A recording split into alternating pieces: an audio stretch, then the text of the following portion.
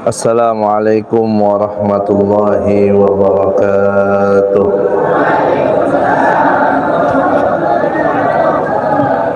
Fadila hadrati sayyidina habibina syafi'ina maulana Muhammad sallallahu alaihi wasallam wa alihi wa sahbihi wa zurriyyati ashabi wa tabi'in. Sayyidina muhajir Allah wa nabi sallallahu alaihi wasallam Muhammad bin Ali wa ala alihi wa sahbihi al-muqaddam thani Habib Rahman sallallahu sultan wa awliya bi rabbana Abdul Qadir Jilani جميع ساداتنا علي بعلم وصولهم وفرائهم وشيخهم ونزاتهم أجمعين خصوصا إلى رسول الله من موجود في رشاد الغسل عبادنا عبد الله بن علوي الحداد ووصوله وفرائهم وإلى الإمام الشيخ عبد الله بن عبد الرحمن باقر وفرائهم وإلى نقطة زيد الوالد الشيخ بن عبد الصالح فإن الله على شاهد وسلم الشاطئ الله محمد محمد بن سيد عبد الرحمن سيد الحضر أحمد داري بن مهاجر وسليمان إلى الوالدين والديكم وأمواتنا وأمواتكم وأموات المسلمين أجمعين الله يغفر لهم ويرحمهم ويلي درجاتهم بالجنة ويدغشاهم بالرحمة والمغفرة يعيد علينا من بركاتهم وأسرارهم وأنوارهم ونورهم ونفاتهم ومدادهم وكراماتهم في الدين والدنيا والآخرة وإلى حضرة النبي محمد صلى الله عليه وسلم. الفاتحة.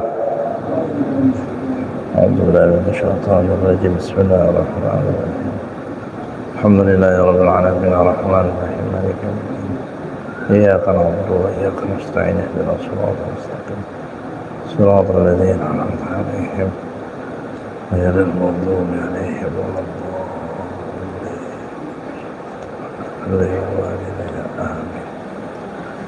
بسم الله الرحمن الرحيم الحمد لله رب العالمين وبه نستعين على أمور الدنيا والدين والصلاة والسلام على أشرف الأنبياء والمرسلين سيدنا وحبيبنا وشفيعنا وقرة أعيننا ومولانا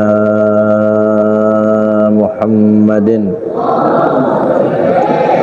وعلى آله وصحبه وجنوده وأنصاره والتابعين وتابع التابعين ومن تبعهم بإحسان إلى يوم الدين.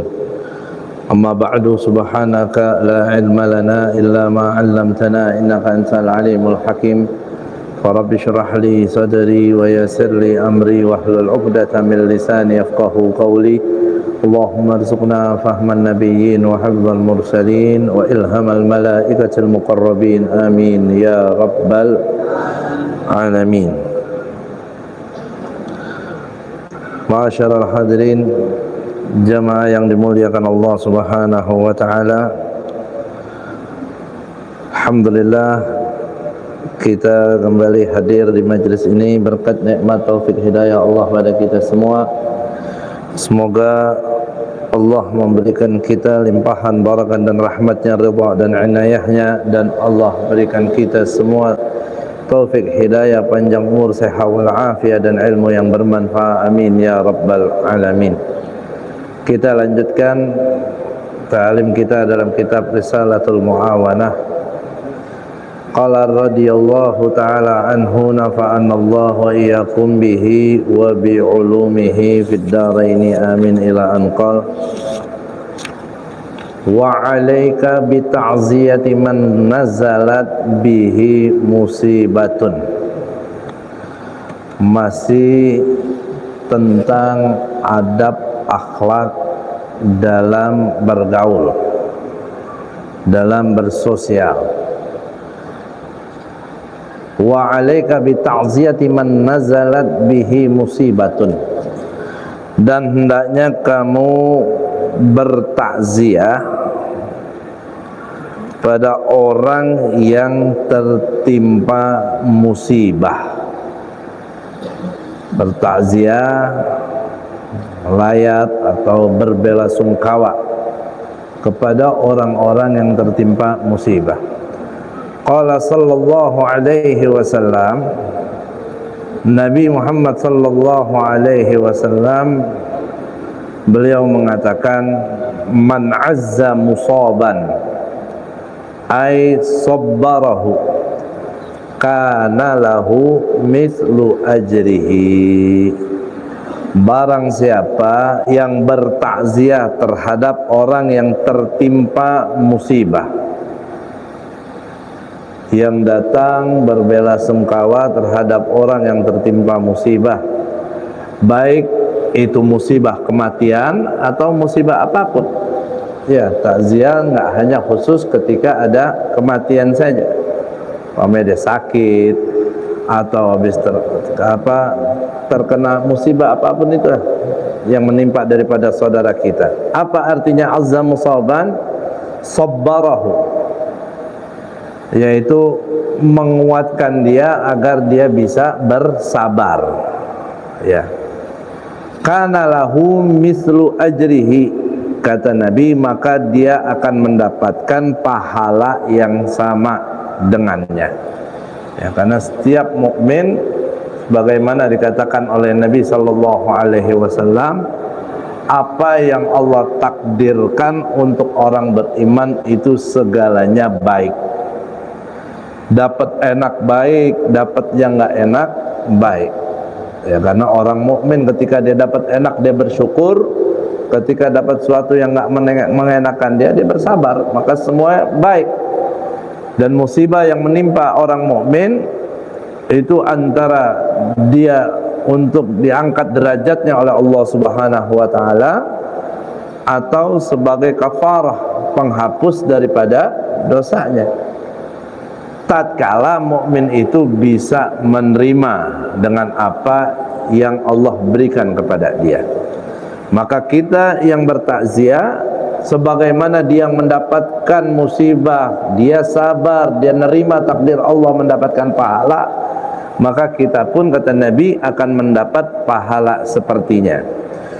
Kemudian wa iyyaka wasyamatata bi ahadin minal muslimin, dan janganlah engkau suka meledek seorang muslim.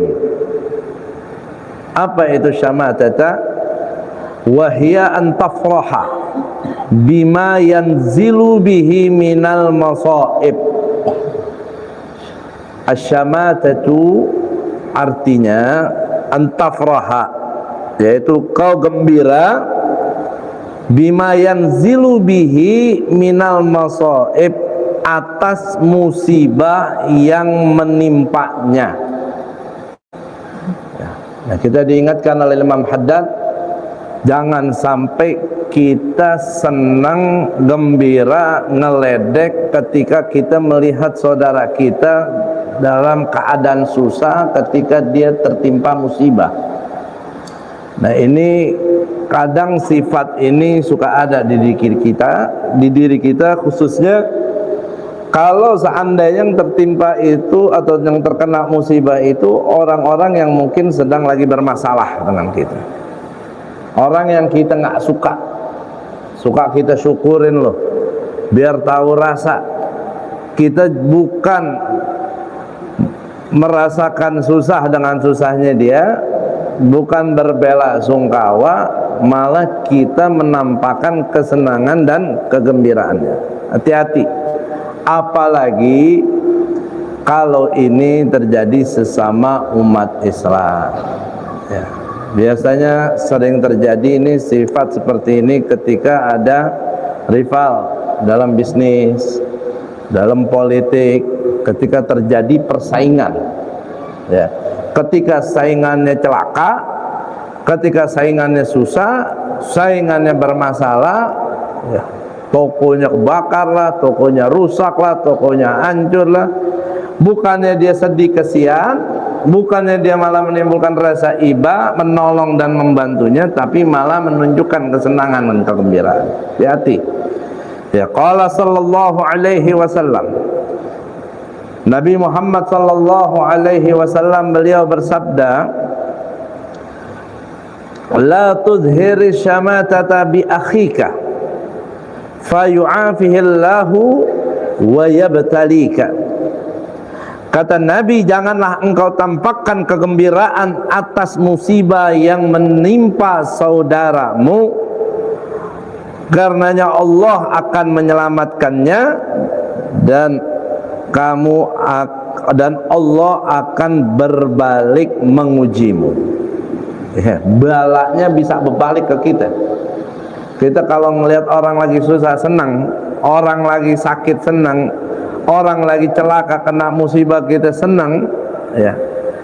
Cepat atau lambat keadaan akan dibalikkan oleh Allah Subhanahu wa taala. Dianya diselamatin sama Allah, dia dikasih afiah oleh Allah, dan kitanya akan tertimpa musibah tersebut. Nauzubillah min dzalik. Hati-hati. Dan ini semua adalah bagian dari penyakit-penyakit hati.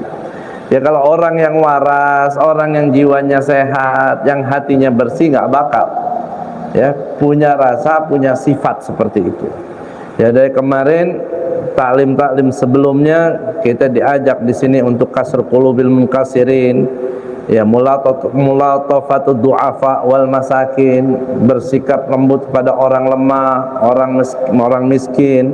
Kita menghibur hati orang-orang yang susah, gampangin orang yang dalam kesulitan, bahkan ikradul mustaqridin. Kita mau memberi pinjaman, bantu orang yang membutuhkan meminjam. Ya, itu kan sifat-sifat mulia. Semuanya itu yang dicontohkan Nabi dan diperintahkan oleh Nabi SAW. Manusia yang jiwanya sehat, yang akalnya sehat, pasti dia punya rasa ini semua. Tapi ada manusia yang memang hatinya sakit, ya, jiwanya sakit, nggak punya empati, nggak punya rasa sama orang lain. Ya. Iman kita nggak baik, nggak sempurna sebelum kita punya rasa suka pada saudara kita seperti apa yang kita sukai buat diri kita. La yu'minu ahadukum hatta yuhibba li akhihi ma yuhibbu li nafsihi. Ya. Kata Nabi, nggak sempurna iman kalian sehingga kalian mencintai untuk saudaranya sebagaimana kalian mencintai itu untuk diri kalian. Itu tanda kesempurnaan imannya seorang mukmin. Tapi kalau udah nggak punya rasa perhatian, nggak punya empati sama sekali, bahkan cenderung senang, gembira ketika melihat orang susah, itu sudah ada indikasi masalah dalam keimanannya. Dia punya rahmat udah hilang dari dirinya. Ya, seorang muslim harus punya jiwa rahmah yang besar, rahmat kasih sayang besar kepada sama saudaranya. Jadi hati-hati ya, kalau kita senang ngelihat saudara kita kena musibah, Nabi ingetin sama kita keadaan bisa berbalik. Musibah dari dia diangkat, dia dikasih afiat, tuh musibah pindah ke kita. Ya.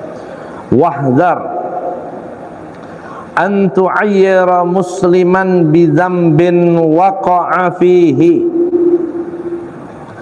Dan janganlah engkau mencela, menghina seorang muslim bi dzambin waqa'a fihi, karena dosa yang telah ia lakukan.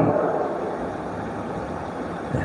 Kalau ngelihat saudara kita orang Islam melakukan dosa, yang namanya dosa memang tercela. Nggak ada yang namanya dosa itu baik. Ya, semua dosa itu tercela, buruk. Tapi jangan sampai kita ketika ngelihat orang sedang maksiat, kita remehkan, kita hinakan dia. Maksiatnya mah dosanya jelas salah. Tapi jangan merasa diri kita lebih baik, dia hina. Kita hinain dia karena dia berlumuran dengan dosa, seakan-akan kita nih lebih mulia di sisi Allah Subhanahu wa taala. Nggak ada yang tahu nasib kita. Bisa jadi dia tuh hari bertaubat, taubatnya diterima oleh Allah Subhanahu wa taala. Nah, bisa jadi kebalikannya. Ya.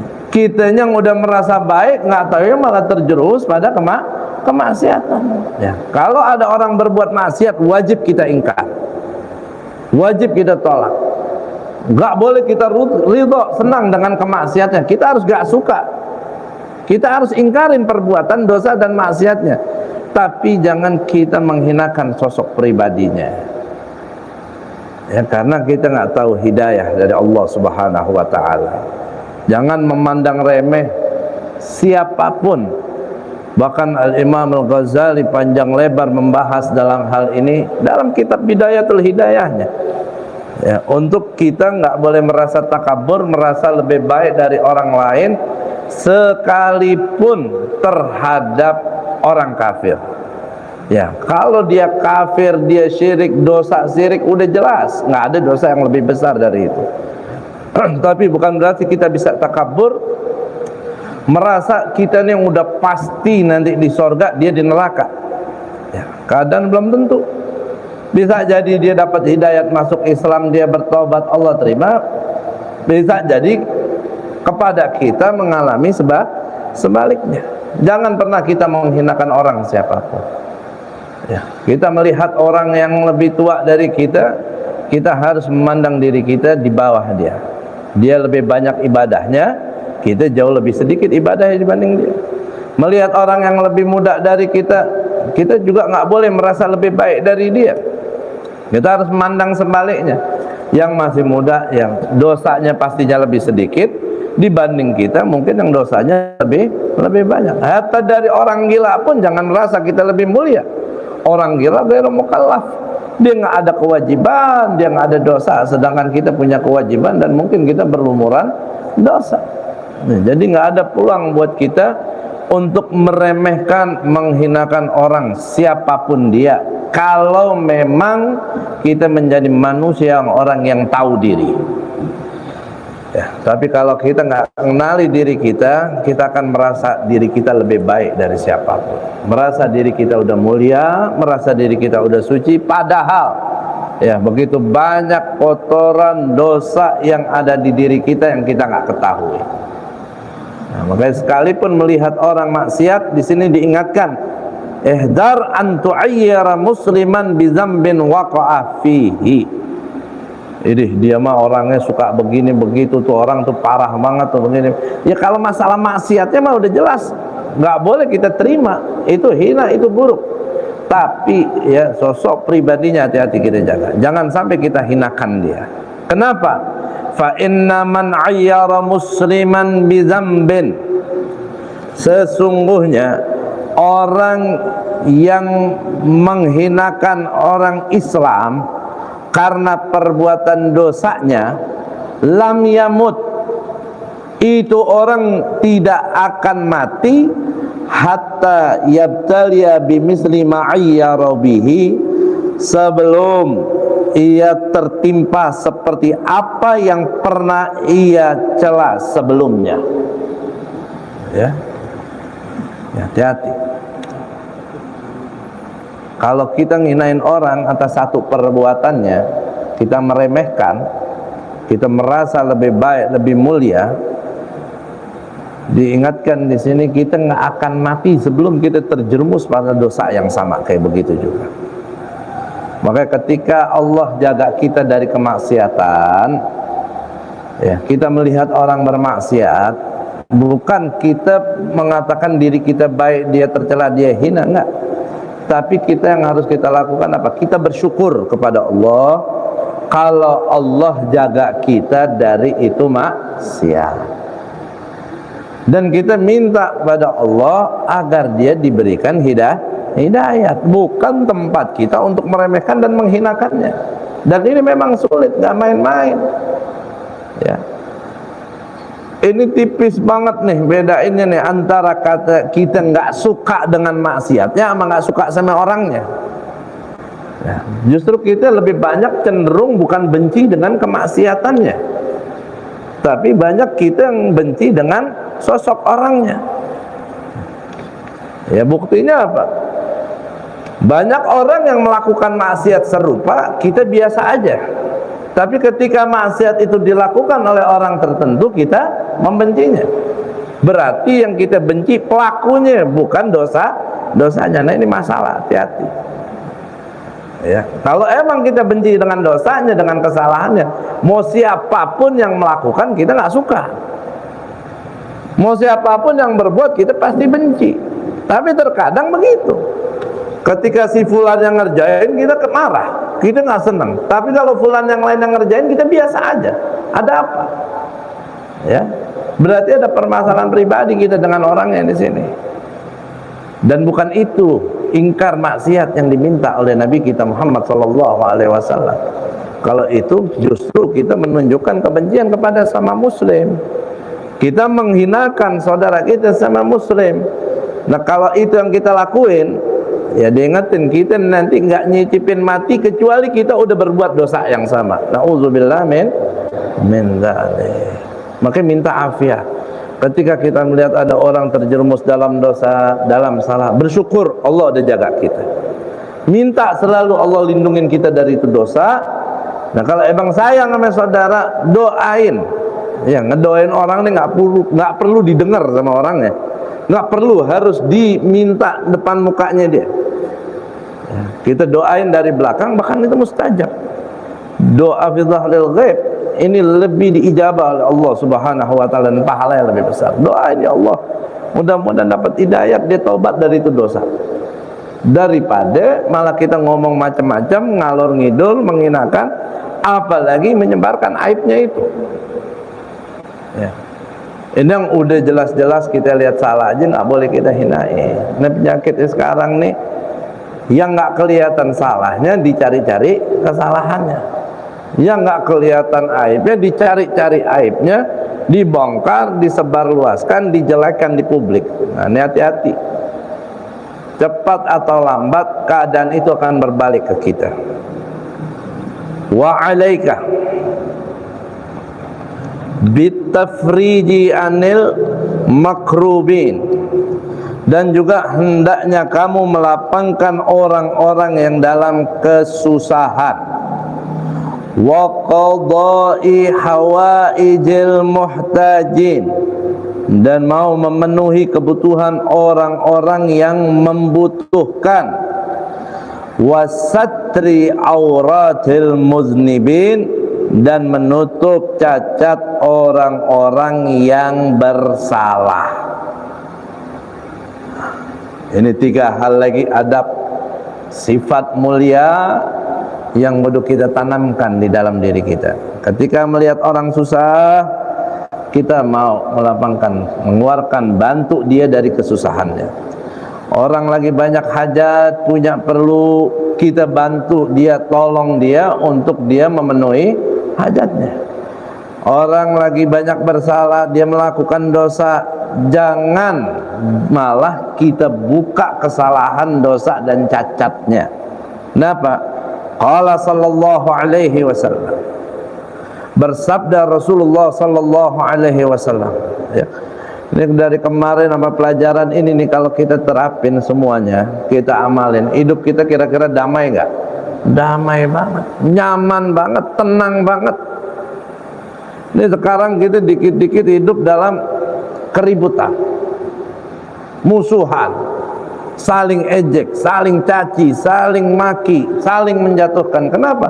Ini sifat-sifat ini udah nggak ada yang kita praktekin semua nih. Ini udah pada kita tinggalin. Kita udah nggak punya rahmah, nggak punya empati sama muslim.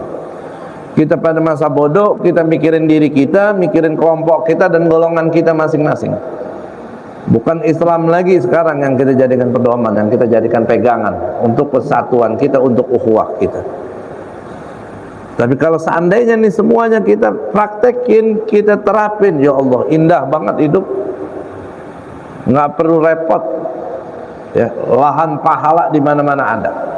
Tapi sekarang lahan pahala kita justru kita rubah jadi pada lahan dosa. Bukan berlomba-lomba berbuat baik, sekarang banyak dari kita berlomba-lomba berbuat jahat. Bahkan kita tafakhur, bangga dengan keburukan, kejelekan, kejahatan yang kita buat. Ya, habis ngejatuhin orang, habis ngehina orang, habis memfitnah orang, girang, seneng, bangga. Ya. Nabi sallallahu alaihi wasallam mengatakan, "Man yassara ala mu'sirin, yassarallahu alaihi." Kata Nabi, siapa orang yang memberi kemudahan bagi orang yang kesusahan, maka Allah akan memberinya kemudahan. Ya. Ini orang kalau suka gampangin, nggak nyulitin urusan orang, dibantu, ya, nanti yang membalas itu bukan tuh orang sama kita. Maka kalau kita berbuat baik, udah lepas aja, tulus karena Allah. Jangan mengharapkan balasan kebaikan dari manusia juga. Ya, kalau kita buat baik sama orang, mengharap balasan dari itu orang, paling-paling impas. Andai kata lebih dikit. Ya, itu pun juga kalau dia mau. Kalau dia berbuat baik, kalau enggak ya zong. Akhirnya kecewa, kesel. Maka jangan pernah kita punya minnah. Habis berbuat baik berharap ada timbal baliknya. Lepas aja udah berbuat baik. Tolong ya tolong. Tapi Nabi udah kasih tahu kita janji Allah yang gampangin urusan orang lain, dia punya urusan bakal digampangin sama Allah Subhanahu wa taala. Bisa jadi kita membantunya hal yang kecil, ketika kita dalam kesulitan besar, Allah kasih kita pertolongan, jalan keluar untuk menghadapi itu masalah yang besar. Berkat apa? Bantuan kecil kita yang kita berikan kepada orang lain. Yasarallahu lahu. Ini Nabi kita Muhammad sallallahu alaihi wasallam yang berikan, yang mengatakan nggak mungkin Nabi dusta. Wa man satara musliman, dan siapa yang menutup aib, cacat, kekurangan, kejelekan seorang muslim, satarahullahu fid dunya wal akhirah, maka dia akan ditutup aibnya, jeleknya di dunia dan di akhirat. Tuh, kalau udah balasan Allah udah berlipat-lipat deh. Kita nutup aib saudara kita di dunia, tapi Allah kasih balasan dunia akhirat, aib kita ditutup sama Allah. Tapi sebaliknya hati-hati, siapa orang yang suka membuka aib orang lain, aibnya di dunia dan akhirat akan dipampangkan oleh Allah, akan juga dibuka oleh Allah Subhanahu wa taala. Nah, makanya sekarang hati-hati ya dalam bermedsos. Ya, kan kita di medsos kita nih dapat kiriman, dapat foto, dapat video yang isinya belum tentu benar, apalagi itu hoax, fitnah, apalagi itu tentang aib orang lain, ya, tentang kejelekannya. Itu jangan kita sebar-sebarin lagi, ya. Kalau kita sebar-sebarin lagi, bayangin kalau seandainya di posisi itu diri kita, itu gimana? Ya. Andai kita dalam kesalahan yang mana kita malu akan hal tersebut, kita menyesali, kita bertobat, tapi di situ ada jejak digital, terfoto, terekam, ya, kemudian tersebar, itu sampai ke kita, jangan kita sebarin lagi. Bayangin di posisi itu diri kita gimana? Biar berhenti sampai di kita. Kita usahakan, upayakan aib ini nggak terus menyebar ke kemana-mana. Yang kalau kita punya niatan baik untuk tidak membuka aib saudara kita, aib kita akan ditutup oleh Allah Subhanahu wa taala di dunia dan di akhirat. Siapa di sini yang nggak punya aib? Siapa dari kita yang nggak punya kesalahan? Siapa dari kita yang nggak punya dosa? Maka baiknya Allah Subhanahu wa taala sama kita, setiap dosa, aib, kesalahan kita Allah tutup. Allah nggak pampangkan di hadapan makhluknya di dunia ini. Setidaknya Allah masih memberikan kita kesempatan untuk bertaubat, menyesali atas kesalahan perbuatan yang kita perbuat sebelum ajal kita tiba, sebelum kita sampai di yaumul hisab. Kalau kita taubatan nasuha, itu kesalahan nggak ditahui makhluk, hanya Allah yang tahu, dan Allah hapus semua itu kesalahan kita. Tapi kalau kita nggak mau bertobat, kita tetap dalam kesalahan itu, ya, nanti di akhirat baru Allah bakal buka, Allah pampangkan, dan di situ sudah nggak ada kata lagi kita untuk menyesal dan bertaubat. Itu min lutfillahi ala ibadih, sifat baik lembutnya Allah terhadap hambanya.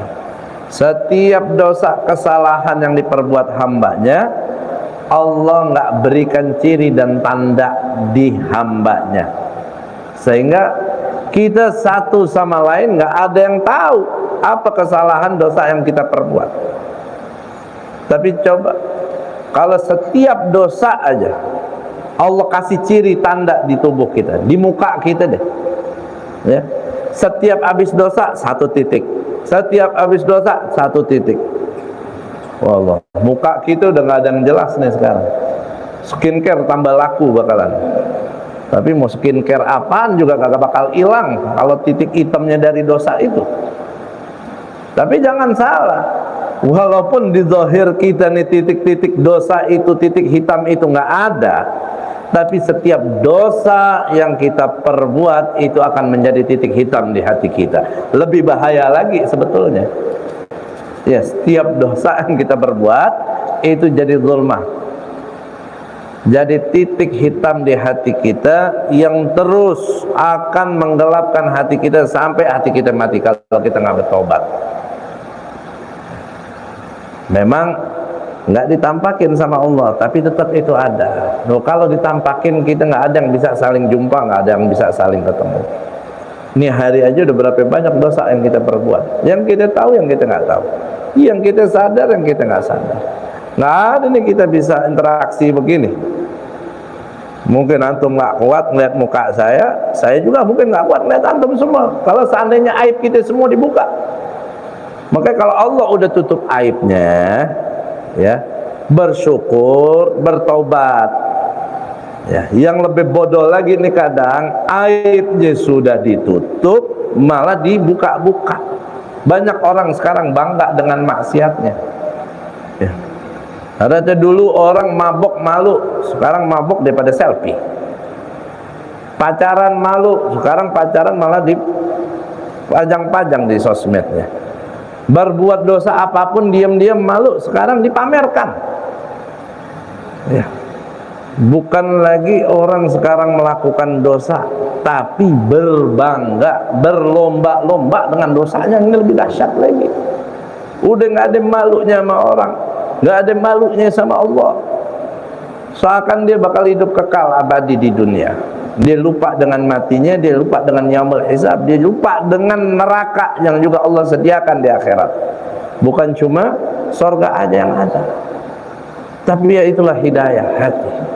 Ya, orang kalau udah hatinya ketutup, mau dikate apa, mau dinasihatin bagaimana, tetap aja bakal begitu. Tapi ya lazimnya kita, kewajiban kita tetap memberikan arahan dan nasihat. Bukan berarti juga kemudian kita berhenti. Ya,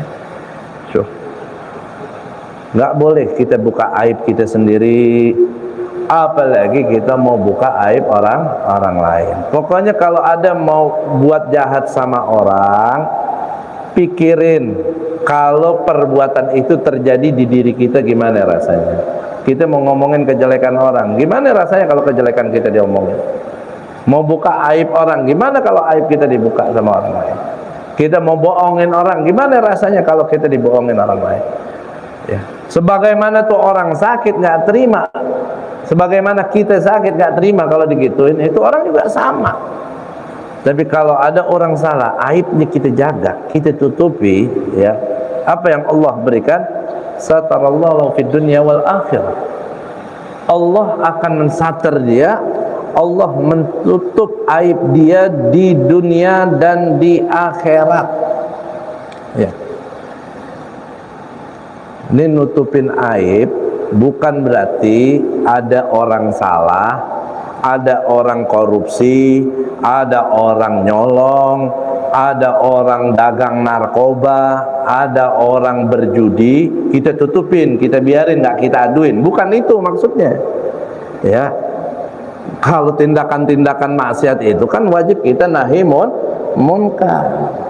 Tapi kalau seandainya tuh orang melakukan dosanya, kita udah cegah dia, ya, nggak ada gunanya kita sebarkan ke orang lain. Yang nggak ada manfaatnya. Si fulan tuh begini, si fulan tuh begini. Kita cerita ke orang yang nggak ada gunanya. Yang tuh orang nggak nasehatin juga, yang orang tuh kadang nggak kenal, nggak tahu urusan, malah kita jelek-jelekin, itu nggak boleh.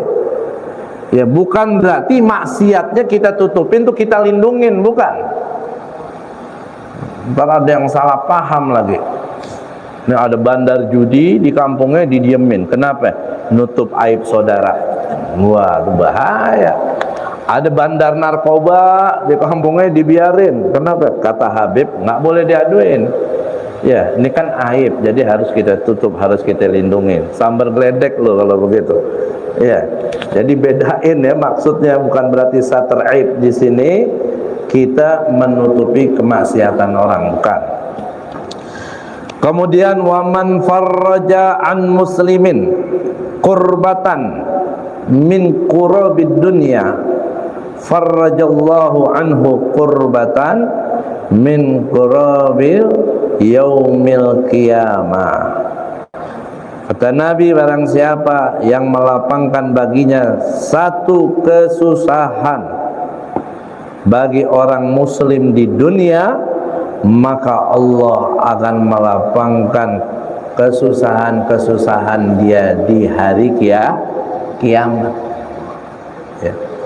Di sini farrajallahu anhu qurbatan min qurabi yaumil qiyamah. Ya. Ada orang susah, kita bantu, kita tolongin, yang mana itu urusan dunia. Tuh orang mau terima kasih, tuh orang mau nggak terima kasih, tuh orang mau doain, mau kagak. Kadang kan ada orang nggak tahu terima kasih. Ya itu urusan dia deh kalau dia nggak bisa berterima kasih. Ya harusnya kan kalau kita dibantu, ditolong, ya kita harus bersyukur sama dia. Man lam yashkurin nas, lam yashkurillah. Siapa orang nggak bisa terima kasih sama manusia, dia tandanya juga nggak bisa terima kasih sama Allah. Tapi bagi kita nih, kalau di posisi yang kita nolongin, kita yang bantuin, nggak usah mikirin terima kasihnya dia, doanya dia apa enggak. Tapi Allah udah janjiin, kita melapangkan urusan orang, Allah akan lapangkan urusan kita nanti, kesusahan kita di yaumul qiyamah. Ya.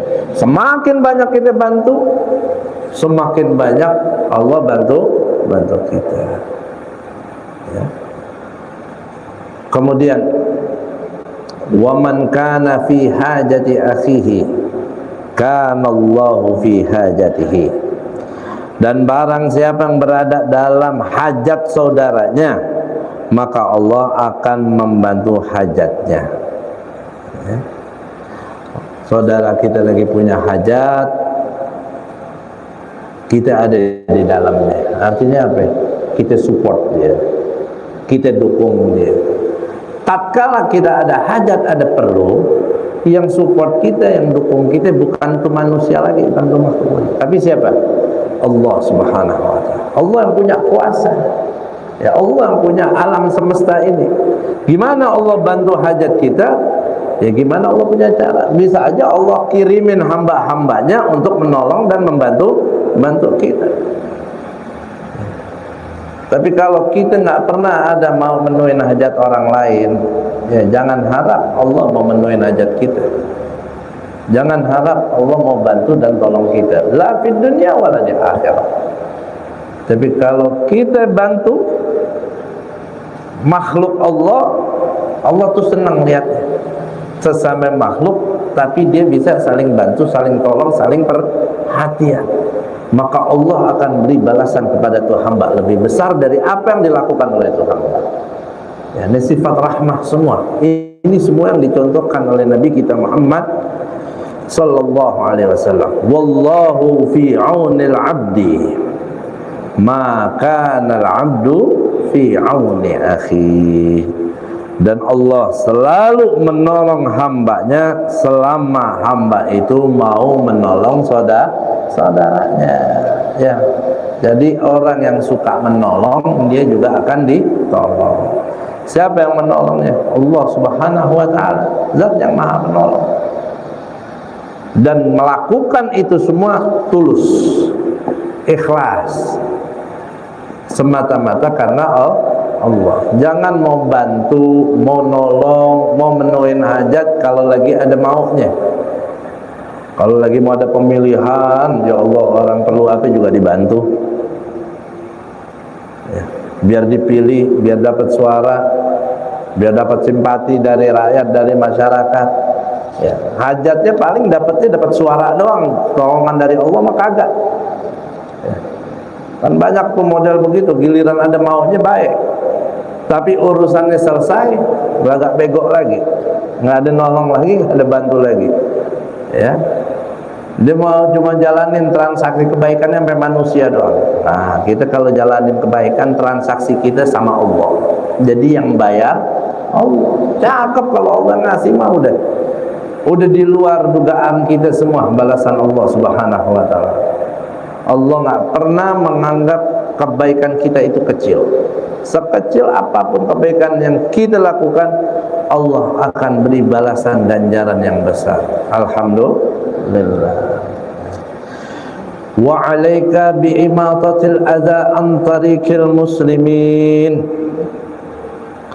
Kemudian Al-Imam Haddad juga mengingatkan kepada kita, dan juga hendaknya kamu mau menjauhkan, menyingkirkan gangguan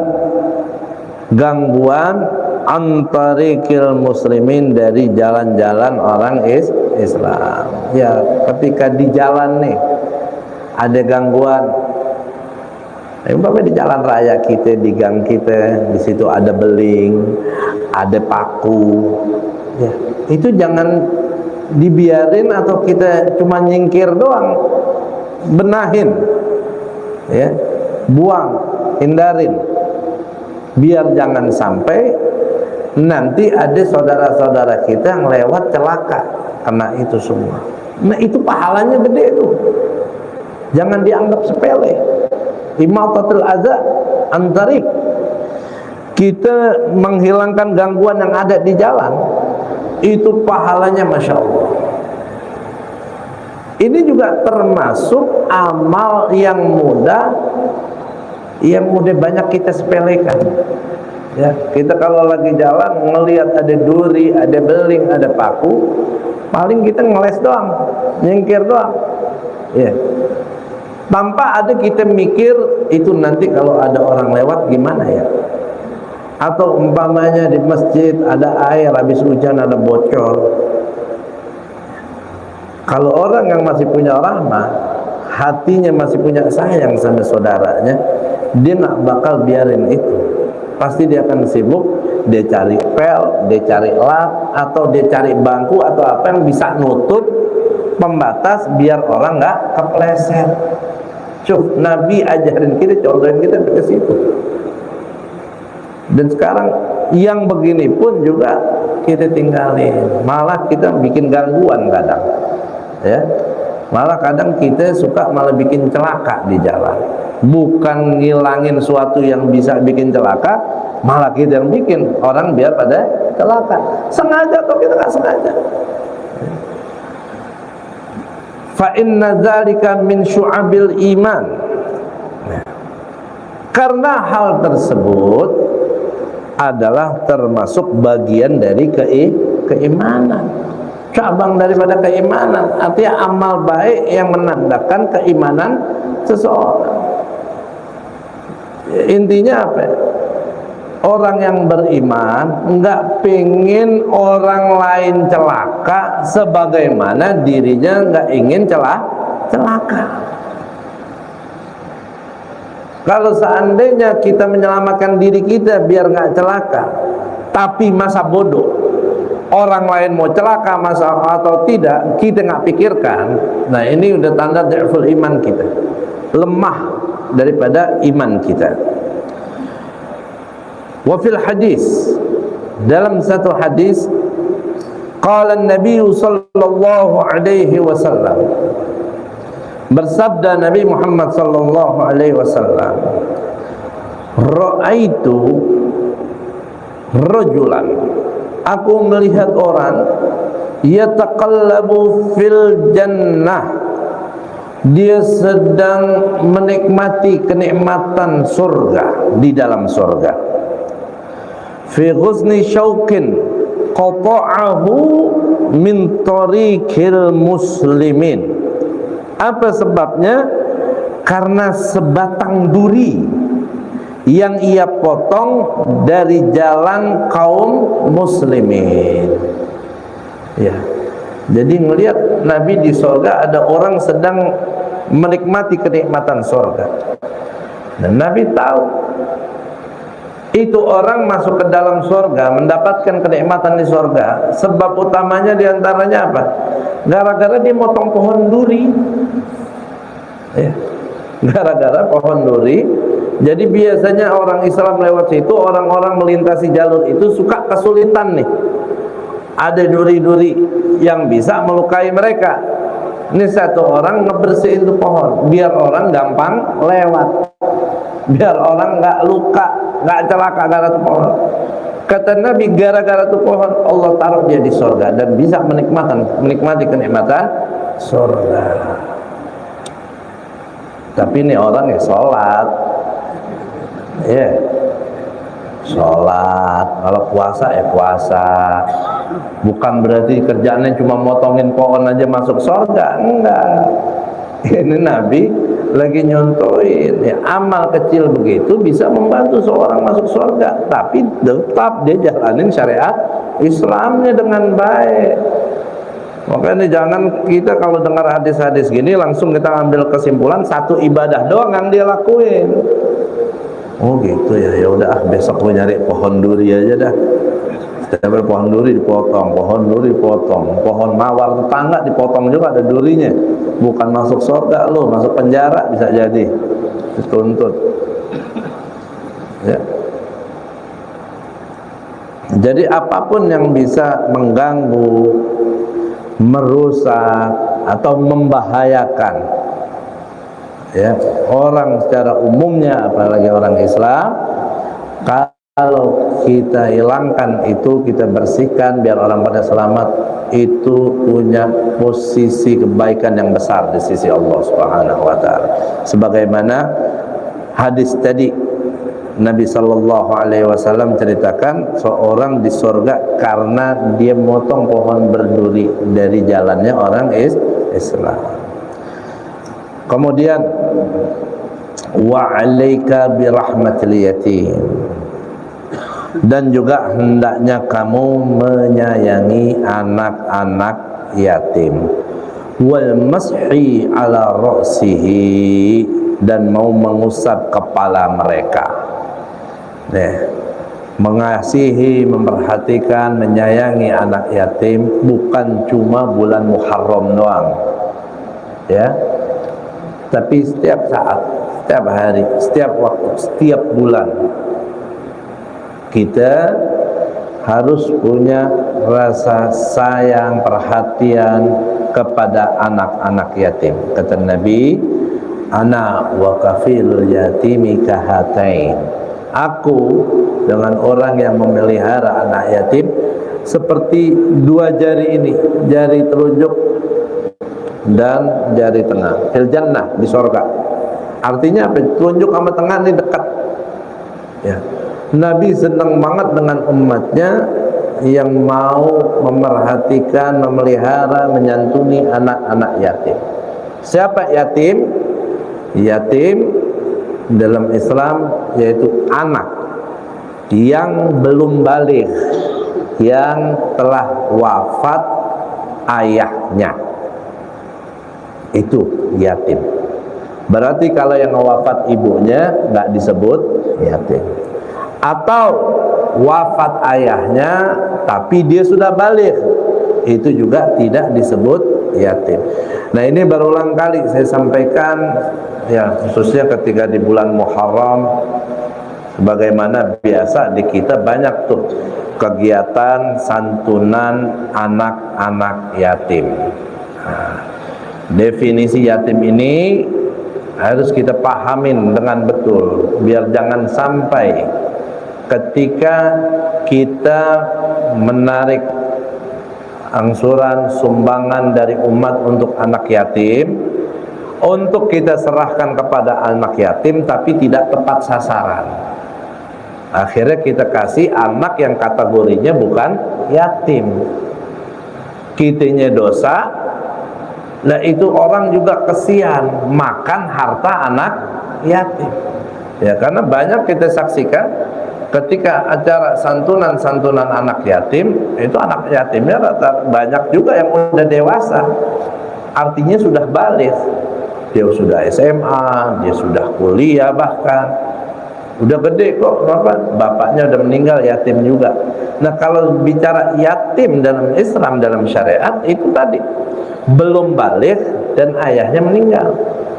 Salah satu dari dua kriteria ini nggak ada, berarti nggak disebut yatim lagi. Ya, makanya kalau Buya Zayadi di sini dari dulu ya mengadakan santunan anak yatim dan duafa, fakir miskin. Jadi nggak dikhususkan buat yatim aja. Kalau duafa, mau tua mau muda, dia nggak mampu ekonominya, dia orang lemah, fakir miskin, boleh dikasih. Tapi kalau kita kasih yatim saja, nih ya, kalau seandainya kita ngasih ke anak yatim, buat anak yatim, jangankan orang lain, emaknya makan aja nggak boleh. Emaknya yatim bukan? Ya. Emaknya bukan yatim. Saudaranya yang udah balik aja nggak boleh dimakan sama dia. Maka lagi-lagi kalau kita mau berbuat baik harus pakai ilmunya. Kebaikan tanpa ilmu bisa jadi kejelekan. Baik ini bukan menurut otak kita, bukan menurut akal kita. Baik yang ikut dengan aturan syariat, aturan agama. Maka hati-hati ya, kalau kita mau bikin santunan anak yatim, jangan sampai ada harta anak yatim dinikmati oleh yang bukan yatim.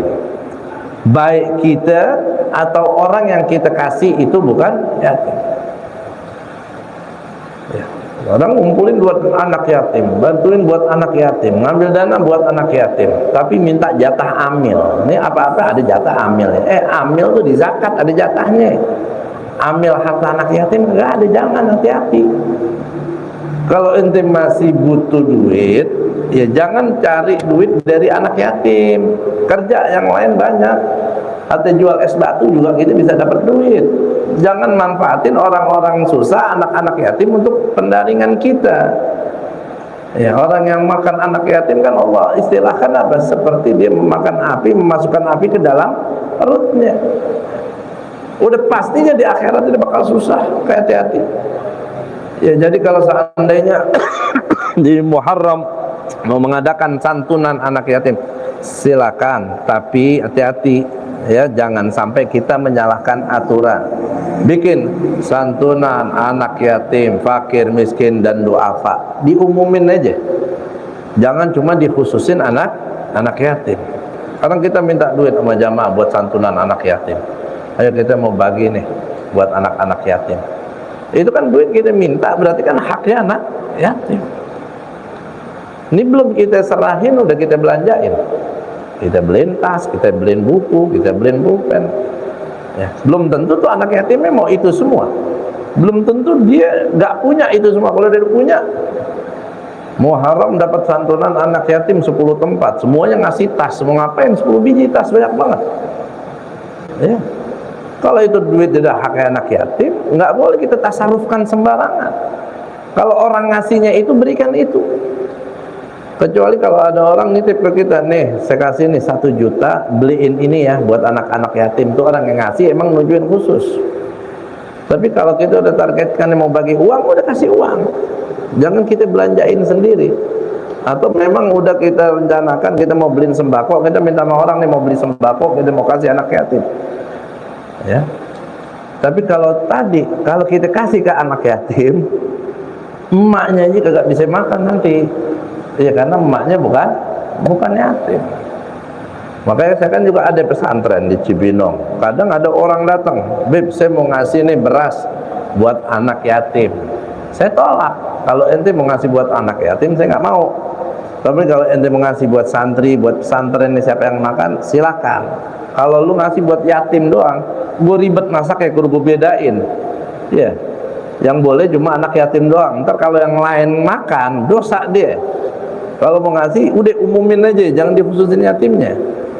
Ya, kasihan nanti kitanya juga tanggung jawabnya berat. Ya, jadi ingat tuh yang disebut yatim adalah anak laki ataupun perempuan yang belum baligh yang wafat ayahnya. Ya, Nabi SAW beliau mengatakan, man masaha ala ra'si yatimin kataballahu lahu bikulli sya'ratin marrat 'alaiha yaduhu asyra hasanat. Barang siapa yang mengusap kepala anak yatim, maka Allah akan menuliskan baginya 10 kebaikan pada setiap rambut yang dilewati oleh tangannya. Ya, kita ngusap kepala anak yatim itu kan tanda kasih sayang. Ngusapnya pelan-pelan, jangan kayak orang ngeplak. Ya, jangan juga ngusap doang, lu nggak ngasih apa-apaan. Ini hobinya nyari anak yatim, bukan dibagi duit, bukan dibagi makan. Mana anak yatim, mana malahnya diusap-usapin aja. Sekali 2 kali mau tuh bocah, 3 kali ngamuk sama lo. Gua ada bapak itu, pala gua mau dipegang nih katanya. Ya kita usap palanya itu, kata Nabi, setiap rambut yang kena tangan kita itu 10 kebaikan. Ya kita ngusapnya penuh kasih sayang, penuh cinta. Dan kalau memang kita ada rezeki, ya ada yang kita beri sama dia. Ya, bukan cuma Nabi nyuruh ngusapnya doang. Ya itu paling enggak baik, yang paling minim dah. Lu nggak bisa ngapa-ngapain, nggak bisa saya usap tuh, senengin dia. Dia nggak ada ngasih sayangin, bapaknya udah nggak ada. Allah punya rezeki, kasih. Ya, setiap sya'rah, setiap rambut itu dicatat 10 kebaikan oleh Allah Subhanahu wa taala. Nah, Imam Ali bin Abi Thalib karramallahu wajhah, ya, dalam hal yatim ini beliau punya satu istilah tentang yatim, tapi bukan yatim yang ditinggal wafat oleh abahnya, oleh ayahnya. Ya, kata Sayyidina Ali apa? Laisal yatim alladzi qad mata waliduhu, balil yatim yatimul ilmi wal adabi. Kata Imam Ali, bukan hakikatnya anak yatim itu anak yang telah wafat ayahnya, tapi anak yang betul-betul yatim adalah anak yang tidak punya ilmu, yang tidak punya adab, yang nggak punya akhlak. Nah, yatim ini lebih banyak daripada yatim yang bapaknya meninggal. Jadi jangan sampai, Pak, kita punya anak, kitanya masih hidup, tapi itu anak tergolong anak yatim. Kenapa? Karena tuh anak gak punya ilmu, karena tuh anak gak punya adab, gak punya akhlak. Jadi yatim sesungguhnya, kata Imam Ali, adalah anak yang gak punya ilmu, anak yang gak punya akhlak. Dan yatim macam ini di zaman kita bejubel, banyak banget, ya, banyak daripada anak-anak orang Islam. Dia nggak diajarkan agamanya, nggak diajarkan syariatnya, baca Quran nggak bisa, sholat nggak ngerti, wudhu nggak bisa. Ya, kalau ilmunya nggak ada, gimana dia mau ngelaksanain itu semua? Yang ada ilmunya aja buat ngelaksanain aja banyak yang ninggalin kan, apalagi nggak ada. Jadi bukan cuma yatim itu ditinggal wafat sama bapaknya, bisa aja emak bapaknya masih ada, tapi anak kita menurut Imam Ali itu tergolong anak-anak yang yatim. Kenapa? Karena nggak punya ilmu, nggak punya adab. Kenapa dia nggak punya? Ya karena nggak dididik sama orang tuanya, karena nggak diajarin. Yang tanggung jawab siapa? Itu anak bodoh, ya kita orang tuanya. Jangan sampai anak kita jadi anak-anak yatim. Wajtahid fi idkhalis sururi ala qulubil mu'minina bi kulli wajhin amkanaka ma lam yakun isman. Kemudian berusahalah kau untuk menyenangkan hati orang-orang beriman dengan segala cara yang bisa kau lakukan selama itu tidak berdosa. Nah, ini anjuran beliau berikutnya, jadilah kita orang yang nyenengin, bukan orang yang nyusahin. Girangin orang siapapun dengan cara yang kita bisa, dengan cara yang kita mampu, selagi yang kita lakukan itu bukan perbuatan dosa apapun, pokoknya nyenengin orang aja, jangan bikin orang sedih, jangan bikin orang susah, jangan suka bikin orang marah ya. Menyenang idkhalus surur ya, menyenangkan hati orang mukmin itu juga termasuk ibadahnya, ibadah yang pahalanya cukup besar, yang insya Allah Allah akan senangkan kita kembali ya. Kita senangkan dengan harta kita, senangkan dengan ucapan kita, senangkan dengan tingkah laku kita, dengan akhlak kita, dengan apapun yang bisa kita lakukan. Yang penting jangan kita mau nyenengin orang tapi dengan cara dosa, dengan cara maksiat, jamunya kemaksiatan, nyuguhinnya dosa. Yang penting dia happy, dia nggak apa-apa dosa, buang nanggung dosanya. Hebat banget lu nanggung dosa orang ya. Idkhalus surur ya, kita berusaha menjadi mukmin yang selalu menyenangkan, bukan yang menyusahkan. Wallahu a'lam. Astaghfirullahal azim. Astaghfirullahal azim. Astaghfirullahal azim. Astaghfirullah wa atubu ilaih taubatan nasuha.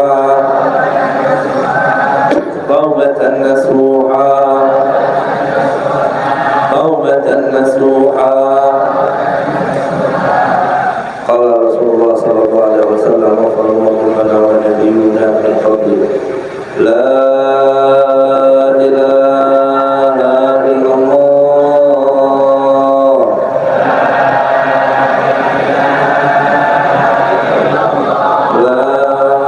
la ilaha illallah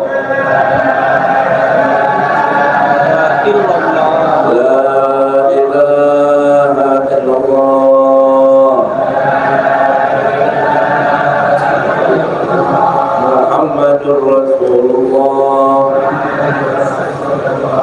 sallallahu alaihi wasallam kalimatul haqq wa ya wa alihi namudu lana wa insyaallah ta'ala bila ini bi rahmatika ya arhamar rahimin. Allahumma inna na'udzubika min la yanfa' min qalbin la yakhsha wa bika tashfa' min 'amalin la yurfa. Allahumma subhana fahman nabiyyin wa ilmal mursalin wa min hamal malaikatil muqarrabin. Allahumma iftah 'alaina futuhal arifin وَبُرِّنَا فِي الدِّينِ وَجَعَلْنَا مِنْ عُلَمَاءِ الْعَامِلِينَ الْمَهْدِيِّنَ وَمُرْسِلِينَ برحمتك يا أرحم الراحمين. ربنا آتنا في الدنيا حسنة وفي الآخرة حسنة وقنا عذاب النار. ربنا تقبل منا إنك أنت السميع العليم وتب علينا إنك أنت التواب الرحيم. ربنا اغفر وارحم وارحم الراحمين. صلى الله على سيدنا محمد النبي الأمي وعلى آله وصحبه وسلم والحمد لله رب العالمين. السلام عليكم ورحمة الله.